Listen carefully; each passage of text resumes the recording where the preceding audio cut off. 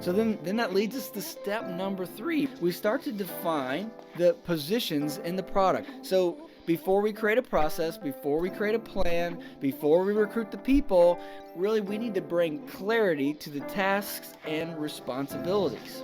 You ever been on a team where everyone seemed to work really hard but you missed the deadline? See, many teams have extraordinarily talented people on them, but they're missing the mark because there's not clarity of responsibility.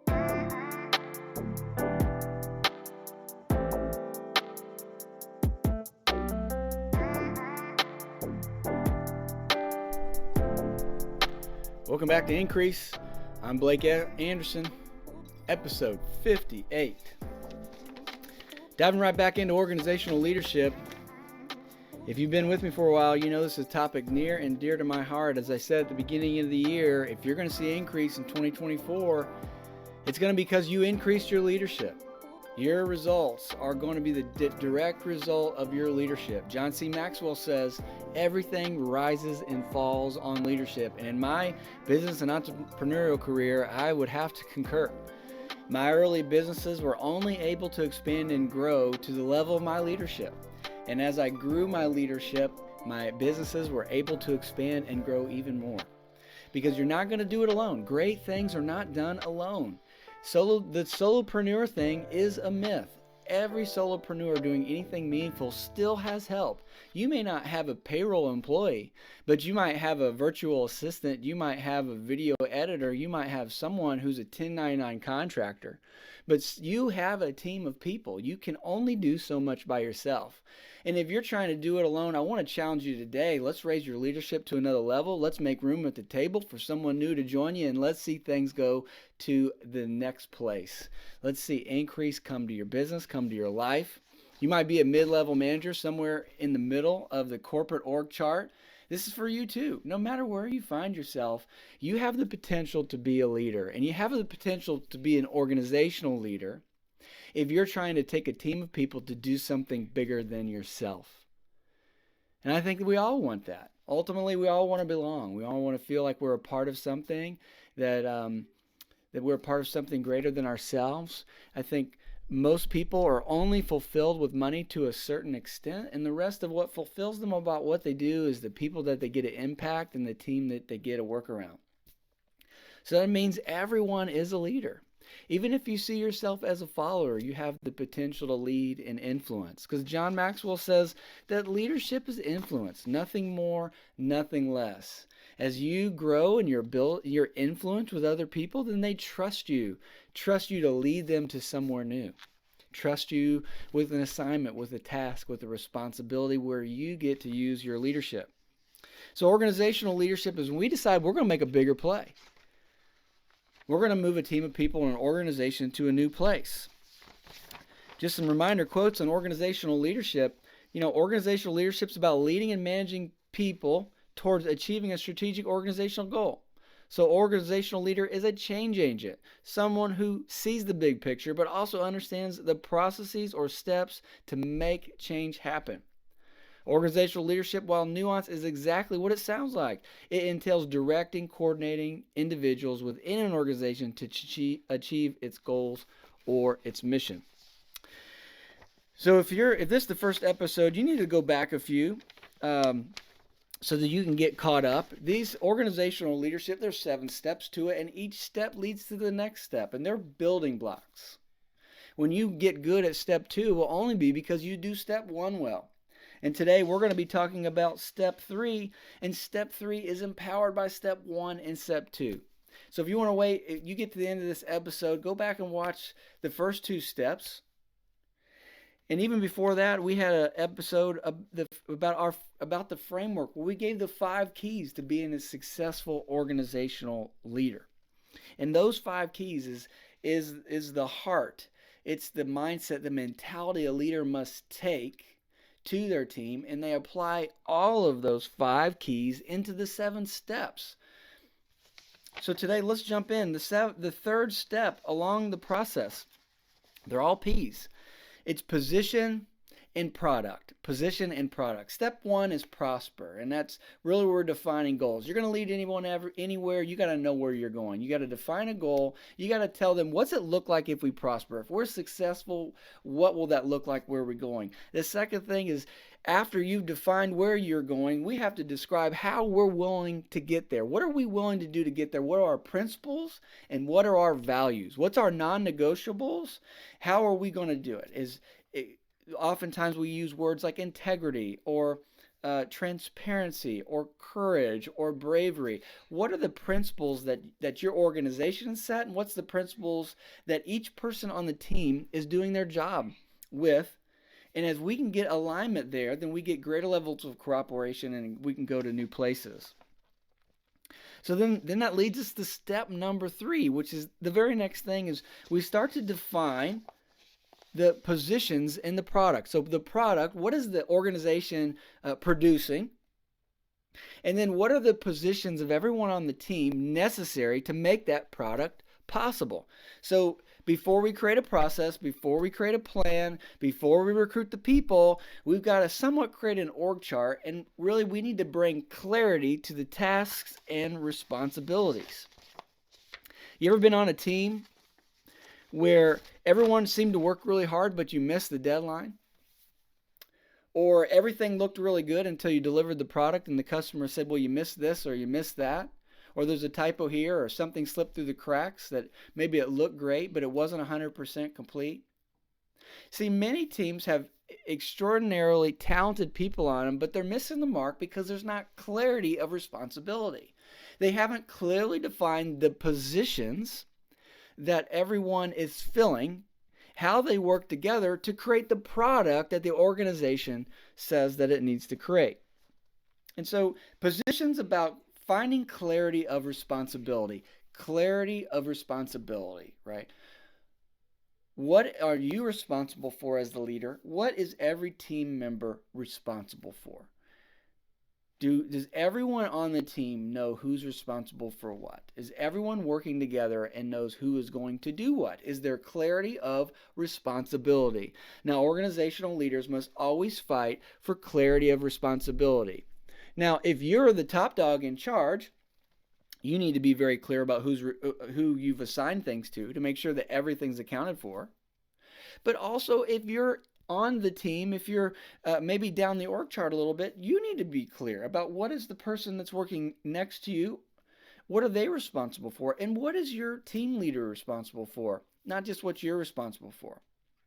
Because we've got to make sure that everything's accountable for and we're working in alignment for greater cooperation, for greater results. So let's look into this.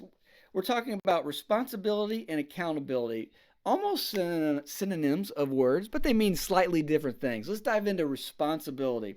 Responsibility is a personal thing. You take responsibility. And what we're saying is someone who takes responsibility has ownership. Ownership of an outcome. Ownership of a task. Okay? And so understand this. Success will be random, temporary, and fleeting until you take 100% responsibility for your actions and outcomes. Let me say this again. Success will be random, temporary, or fleeting at best until you start to take 100% responsibility for your actions and your outcomes. So if you're responsible for something and you need to take 100% responsibility for it, you better have clarity about what you've signed up for. Agreed?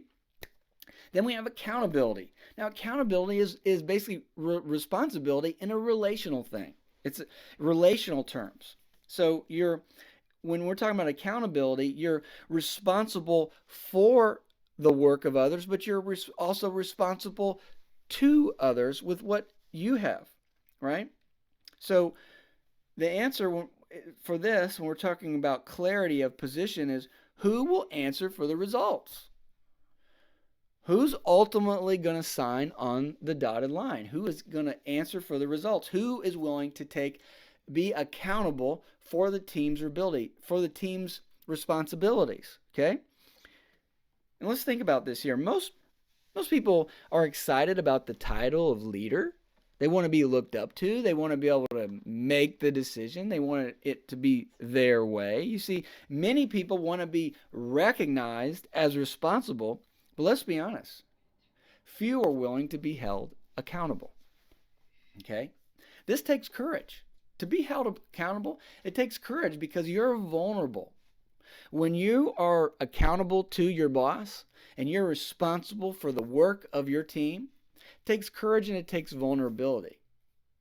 But it takes clarity of what every member on the team is doing so that you can have that confidence and you're willing to sign your name on the dotted line. Strong leaders and truly successful people understand that they're accountable. That no matter how high up you climb in the food chain on the corporate ladder, that to be successful, you're going to have to be willing to be held accountable and you're going to have to be willing to take responsibility. You see, every leader has got someone they're accountable to. You might be accountable to your team members. You might be accountable to your team leader. You might be accountable to the division manager or the vice president of the department. You might be accountable to the business owner. But even the business owner is accountable. It's accountable to his or her investors, accountable to the customers that you've agreed to provide a good or service to. Accountable, even as a boss, you're accountable to your employees who are counting on you to continue to grow the business and provide for them and for their role. And ultimately, you understand that we're all accountable to God. God is always watching us. And you might be able to shift blame in a circumstance, but you'll still be accountable for your actions to God. And so the strongest leaders know I'm always accountable. I can't get out from underneath it. I got to take responsibility for my actions. And so since I know I'm always responsible to God, I'm always accountable to Him, then I step up into that when it comes to my team and when it comes to the results. But I know if I'm going to be successful at it, then I've got to, as a leader, fight for clarity of responsibility. So as we wrap this all up, we're taking these 7 steps in these bite-sized chunks so we can think about them independently and really hone in on the importance of each of these steps.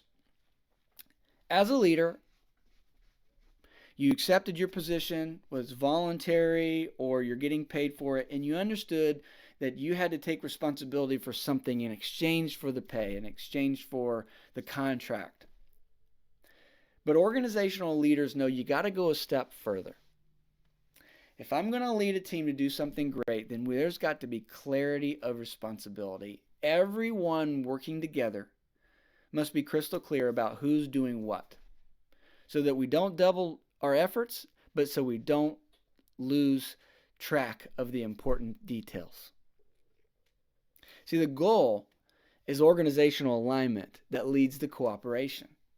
Organizational alignment that leads to cooperation. And when we have clarity of responsibility, we can create alignment and have greater cooperation. So I'm going to leave you with some questions to really think through the team that you're on, the people that you work with and that you work for. And you start by thinking, what am I responsible for? Really, what am I responsible for? What did I sign up for? But what is even implied that others are counting on me for? Once I'm clear about what I'm responsible for, then I've got to start taking note of the people around me. What are the people on my level responsible for? What are the people down the chain of command for me responsible for? The people reporting to me. What tasks are they responsible for? And are all of them accounted for? Because ultimately, the people down the chain of command, you will be held accountable for their performance. So you want to make sure they're crystal clear about what they are taking responsibility for, and that all the actions and activities have got a name by them. And then the most effective organizational leaders, they don't stop there. They look up the chain of command and they think, what is my boss responsible for? What is my department responsible for? What's my organization responsible for? Because no matter where you are, you can be the change agent that creates alignment in your organization, and you can do it right from the middle. You see, some of the best leaders that we will find out there will be the folks that don't have their name on the billboard, who you don't see mentioned in the website. Often the best leaders are the ones that are in the middle of the corporate structure, who are having to lead down and up, who are having to take responsibility for the actions of others, but who also are learning how to influence the people above them. And so all of you can be a great organizational leader. Many of you are working in situations where there's not clarity, where the results are random, temporary, or fleeting. And one day it seems like everything's going well, and the next day it's all falling apart. And any one of you can step up to the plate at any moment in time and bring clarity to a situation by starting to find out who's doing what and looking for the missing pieces and seeing how everybody can work together better. And bringing clarity of responsibility to your position and those who you are working around. Now, the best organizational leaders, they bring the clarity. They continue to guide their team through that clarity. And they also are doing it with the first two steps in mind. With everything they do and all the guidance and direction that they're bringing, they always keep in mind, what's the goal? Where are we going? And they're always trying to stay true to their guiding principles personally, the principles and values of their team and their organization. Because they understand that the person who brings alignment takes the business to a whole nother level. So I hope that you'll join me on this journey. We're not quite halfway there, but they're going to keep building on each other. As I'm equipping and empower you to change your organization, change your team, change your community, change the world. Join me next time for another episode of Increase.